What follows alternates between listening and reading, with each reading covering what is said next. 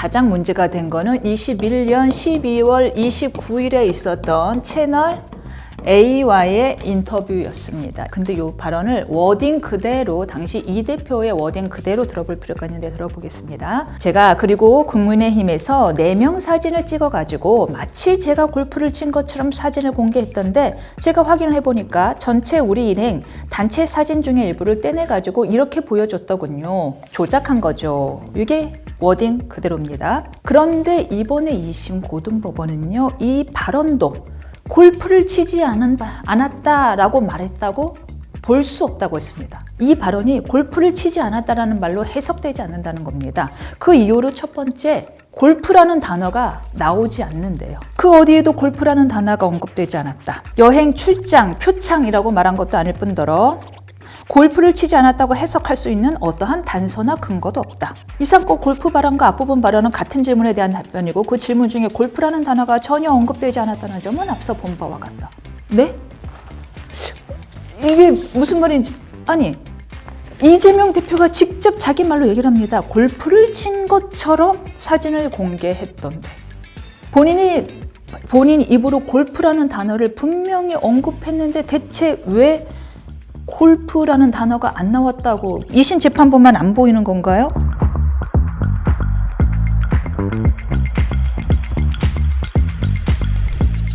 안녕하십니까. 두 번째 교양 필수 과목이 되겠습니다. 지난주 수요일이었습니다. 이재명 대표의 공직선거법 위반에 대한 제2심 항소심 판결이 있었고, 무죄, 최종적으로 모든 죄가 무죄로 판결이 나왔습니다. 이에 대해서 여야 양쪽 모두 매우 극한 반응, 한쪽에서 매우 기쁜 반응, 한쪽에서 매우 격양된 반응을 보이고 있는 가운데, 그렇다면 이 2심 판결문이 과연 3심에도 그대로 유지가 될지에 대해서 판결문을 조목조목 분석해 볼까 합니다. 참고로 저는 이 판결문을 이재명 대표의 변호인이 됐다라는 마음으로 딱 100페이지의 판결문을 읽어보았습니다. 왜냐하면 변호인이라면 제 아무리 승소더라도 혹시 3심에서 뒤집힐 부분은 없는지, 이 판결에 허점은 없는지 꼼꼼히 봐야 되기 때문입니다. 그래서 꼼꼼히 분석을 해봤는데, 장단컨대 아마 지금까지 나온 판결문 분석 중에서는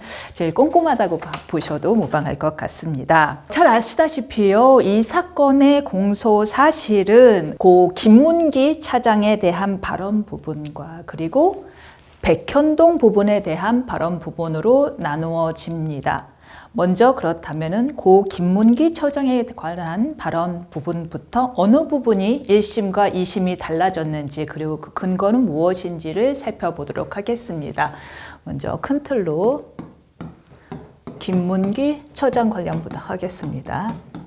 고 김문기 처장 관련해서 여러 발언이 있었는데, 문제된 건 중에 큰 틀 하나는 바로 성남시장 시절에는 나는 고 김문기를 몰랐다라는 발언이죠. 이 부분은 1심과 2심 모두 무죄가 나왔습니다. 이 부분은 이제 판결문을 읽지 않은 많은 사람들은 이해를 하지 못하죠. 말장난으로 들리는 거죠.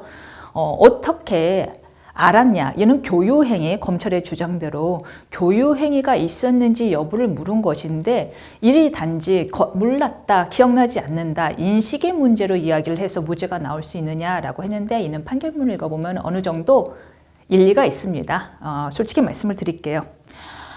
왜냐하면은 아시다시피 우리말은 단어 그대로 알았나 알다를 좀 두 가지 의미로 중의적으로 씁니다. 예를 들어서 저는 이재명 대표를 압니다. 하지만 동시에 모르기도 합니다. 왜냐?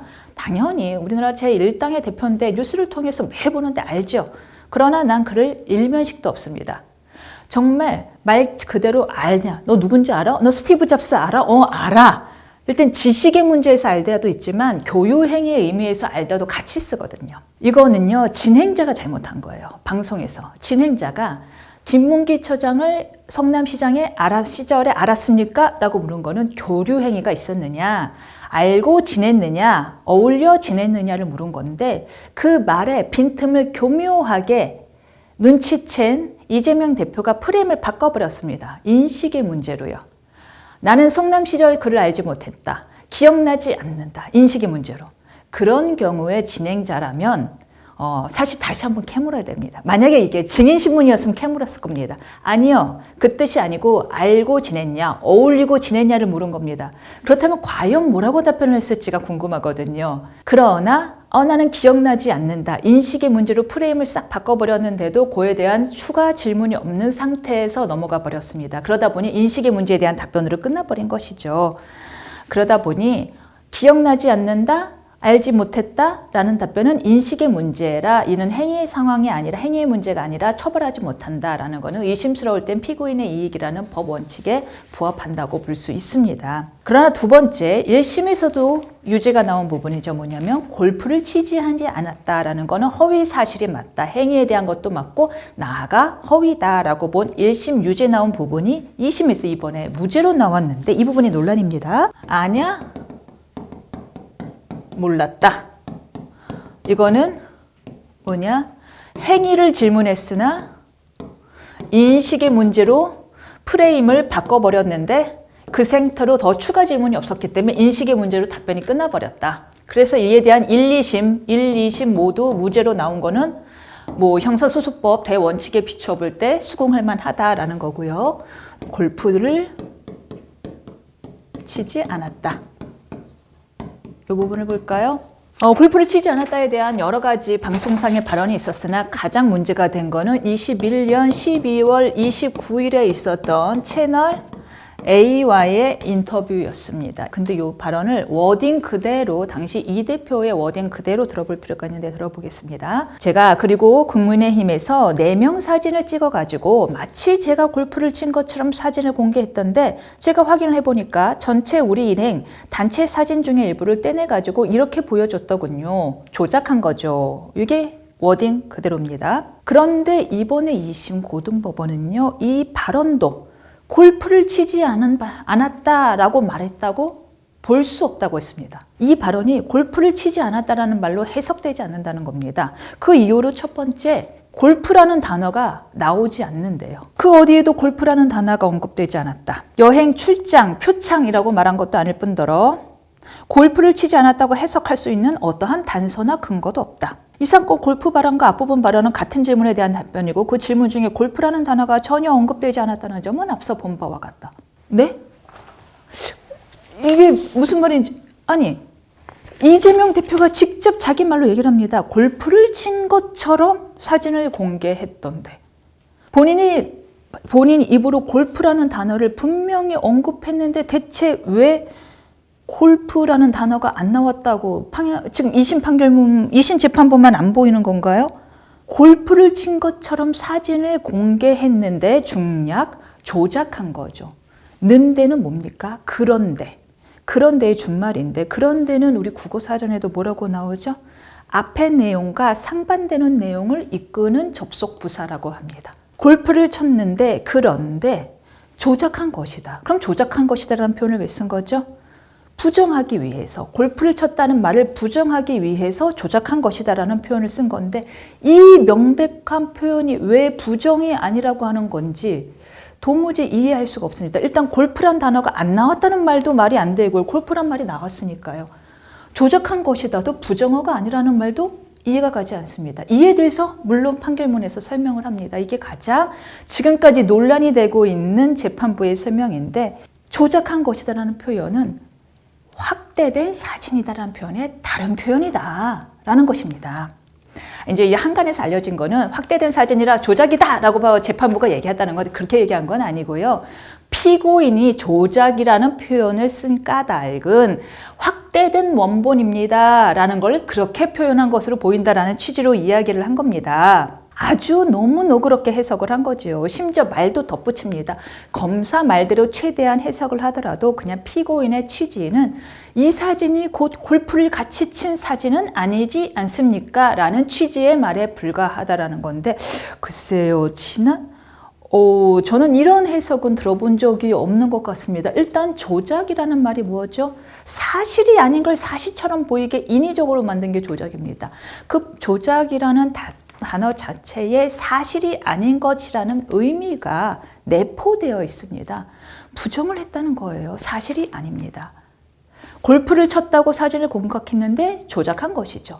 골프를 쳤다던데 사실이 아닙니다. 안 쳤다는 얘기 외에 어떤 해석이 가능한지 한 예를 들어볼까요? 한 기혼 남성이 웬 외국의 호텔 수영장에서 다른 기혼 여성과 수영을 하다가 걸리자 뭐라고 말을 했느냐? 사진이 찍혔던데 조작한 것이다. 그게 나는 거기서 수영한 적이 없다. 왜 어떻게 해석이 가능하고 것이죠? 조작은 그럴 때 쓰는 겁니다. 전체를 부정하기 위해서요. 다시 한번 말씀드리지만 이 심이 이 발언이 무죄라고 본 이유는 골프라는 단어도 등장하지 않았고 조작도 사실의 부정은 아니고 단지 사진이 확대됐다라는 것을 이렇게 조금 표현했을 뿐이다. 과장해서 표현했을 뿐이다 라고 아주 너그럽게 해석을 해주셨는데 과연 이것이 3심에서도 유지가 될지는 의문입니다. 너무 제가 볼 때 물론 그분들이 저보다 훨씬 훌륭한 법관들이시지만 뭐 제가 볼 때는 너무 명백한 사실 오인이고 법리 오해인 것 같아서요. 글쎄 조작이 그런 단어 외에 다시 다르게 해석될 여지가 있는지 모르겠습니다. 다음은 백현동 관련 사안에 대해서 살펴보도록 하겠습니다. 이것도 또 크게 두 가지로 나눠져요. 뭐냐 하면은요. 의무조항에 근거하여 변경 요구를 했다라는 말을 했느냐 안 했냐. 제일 중요한 부분이죠. 직무유기로 문제 삼겠다고 협박했다는 말을 했냐 안 했냐. 이 부분 간단히 살펴봅니다. 이 부분도 무죄로 보았죠. 이게 뭐가 중요하냐면 이거는 이재명 대표의 변호인들이 영리했어요. 예. 무슨 얘기냐면 검사가 기소하기는 의무조항에 근거하여 요구를 했기 때문에 불가피하게 허가내 줄 수밖에 없었다. 변경 허가를 할 수밖에 없었다라고 기소를 했습니다. 그러나 이재명 대표 측에서는 의무조항에 근거하여 요구했다라는 말을 난 한 적이 없다.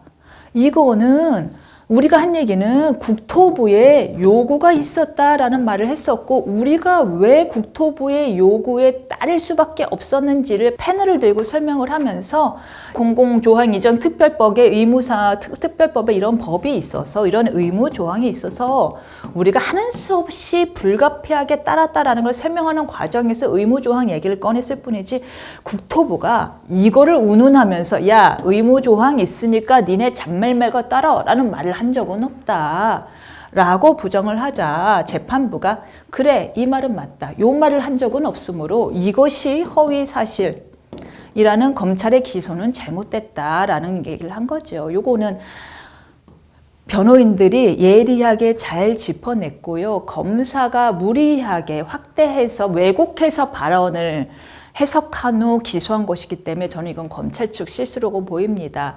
허위사실이나 모욕죄나 명예훼손죄의 특징은 그 말 자체가 문제가 된 거기 때문에 말을 그대로 토시 하나 안 틀리게 올려야 합니다. 예컨대 제가 누구와 사람들 앞에서 언쟁이 붙었어요.